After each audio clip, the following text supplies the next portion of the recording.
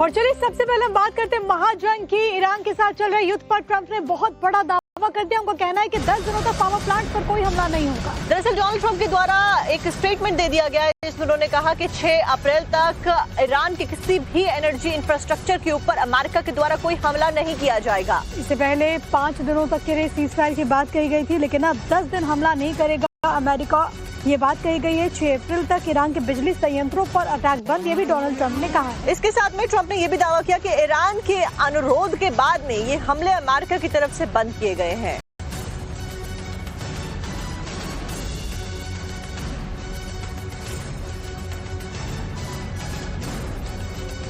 तो एक तरफ डोनाल्ड ट्रंप ये दावा कर रहे हैं 6 अप्रैल तक कोई हमला नहीं किया जाएगा ईरान के ऊपर, वहीं दूसरी तरफ पेंटागन सोर्सेज के हवाले से खबर सामने आ रही है कि एक बड़े हमले की तैयारी पेंटागन के द्वारा की जा रही है ईरान पर। और कहा यह भी जा रहा है कि बूट्स ऑन ग्राउंड यानी कि पूरी तरीके से सेना भेजने की तैयारी, और इसको लेकर के लंबे वक्त से कयास लगाई जा रही थी। अब कहा जा रहा है कि फाइनल ब्लो के लिए बड़े हमले की योजना इस वक्त अमेरिका की है, क्योंकि अभी भी ईरान की कई सारी ऐसी लोकेशंस हैं जिसको टारगेटेड अटैक करके ध्वस्त नहीं कर पा रहा है अमेरिका। ऐसे में ये कहा जा रहा है कि बूट्स ऑन ग्राउंड की पूरी तैयारी अमेरिका के द्वारा, पेंटागन के द्वारा, जो उसकी सिक्योरिटी एजेंसी है उसके द्वारा कर ली गई है। कहा यह भी जा रहा है कि हो सकता है कि खर्ग आइलैंड पर एक बड़े अटैक की तैयारी में अमेरिका हो, क्योंकि अमेरिका ने पहले इस बात के संकेत दिए थे। और डोनाल्ड ट्रंप का एक पुराना इंटरव्यू भी काफी वायरल है जिसमें उन्होंने इस बात का जिक्र भी किया था।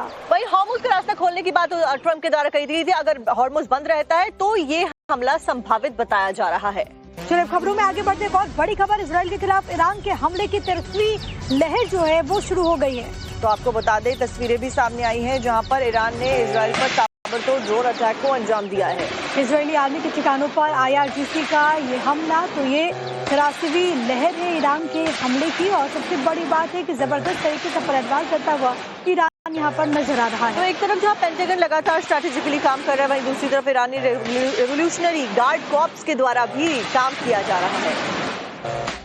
आपको ताजा तस्वीरें दिखाएंगे जहां पर ईरान के द्वारा क्लस्टर बमों की बरसात की जा रही है। तेल अवीव पर हमला हुआ है। इजराइल की राजधानी पर टारगेटेड वार करता हुआ ईरान। IRGC यहाँ पर लगातार ये दावा कर रहा है कि इससे इजराइल को काफी नुकसान पहुंच रहा है। तो एक तरफ जहां डोनाल्ड ट्रंप भी दावा कर रहे हैं कि ईरान मान चुका है, सरेंडर कर चुका है, सीजफायर के ऊपर मान चुका है, अनुरोध के बाद में हमने अटैक रोके, लेकिन ईरान दूसरी तरफ अलग ही तस्वीरें सामने रख रहा है। जो तस्वीरें सामने आई हैं वो ये बताती हैं कि इजराइल के तेल अवीव में एक साथ कई मिसाइलें गिरी जिससे जबरदस्त नुकसान हुआ है।